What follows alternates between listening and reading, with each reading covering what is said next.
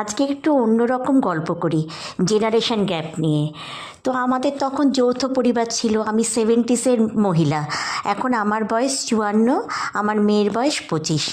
তো তখন আমাদের যেহেতু যৌথ পরিবার, কাকা কাকিমা, মা বাবা, জ্যাঠা জেঠিমা, পিসি, ঠাকুমা, দাদু সবার কাছে বকা খেতাম, কিন্তু কোনো রকম আমাদের কোনো ক্ষোভ ছিল না। কিংবা কাকিমা বকলো বা জেঠিমা বকলো, দৌড়ে এসে মায়ের কাছে নালিশ করা, সেই সবও কিন্তু ছিল না। কেননা মার কাছে বললে আমি জানি আরও দুঘা খাবো, কাজেই অন্যায় করেছেও মার খেতে হবে, এটাই আমাদের ছিল। হ্যাঁ, কিন্তু এখন দেখুন, এখন যৌথ পরিবার তো নেই বলতে গেলে একদম। হ্যাঁ, আর যদি একটু যদি একটু বকলো বা কাকিমা যদি একটু বকলো, সঙ্গে সঙ্গে এসে মায়ের কাছে নালিশ, ব্যাস ঝামেলা শুরু হয়ে গেল দুই পরিবারের মধ্যে, ব্যাস হয়ে গেল। আর একটা কী হলো, যে আমাদের টিচাররা যখন আসতো, স্যারেরা যখন বাড়িতে পড়াতে আসতো, আমাদের মনে আছে আমরা ভাই বোনেরা সব একসাথে পড়তে বসতাম। হ্যাঁ, তো আমার দাদা অনেক বড় ছিল, আর আমরা দুই ভাই, আমি আর আমার ছোটদা 1 বছরের ডিফারেন্স। তো আমাদের একই স্যার পড়াতো।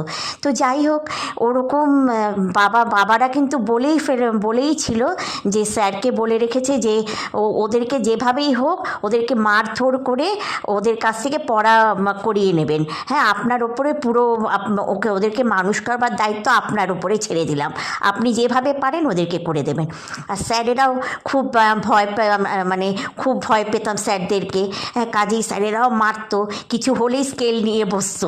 হ্যাঁ, একটা কিছু না পারলেই ব্যাস, এইটা হোমওয়ার্ক করিনি, ব্যাস একটা পিঠের মধ্যে পড়লো, আর একটা করিনি পিঠের মধ্যে পড়লো, এই ছিল।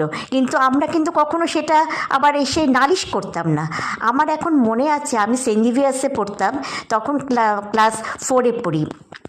এমন আমাকে স্কেল দেয়, হোমওয়ার্ক করে নিয়ে যায়নি বলে এমন আমাকে, আমি মিস ডাকতাম, মিস এমন আমাকে স্কেল দিয়ে হাতে মেরেছিল যে আমার বাথরুমই ওখানে হয়ে গেছে, ওখানে টয়লেট হয়ে গেছে ক্লাসরুমের মধ্যে। তা সবাই হাসি খুব। আর তারপরে ওখানে খুব ভালো ছিল, ওনারাও কোনো প্রবলেম হতো না, ওনারাও সঙ্গে সঙ্গে চেঞ্জ করে দিত। কারণ আর স্কুলের মধ্যেই প্যান্ট ফ্যান সব কিছু আলাদা আলাদা রাখা থাকতো আমাদের। ইনি আমার মা বাবা, দেখো আমার মেয়ে, আমার বোন, আমার মা।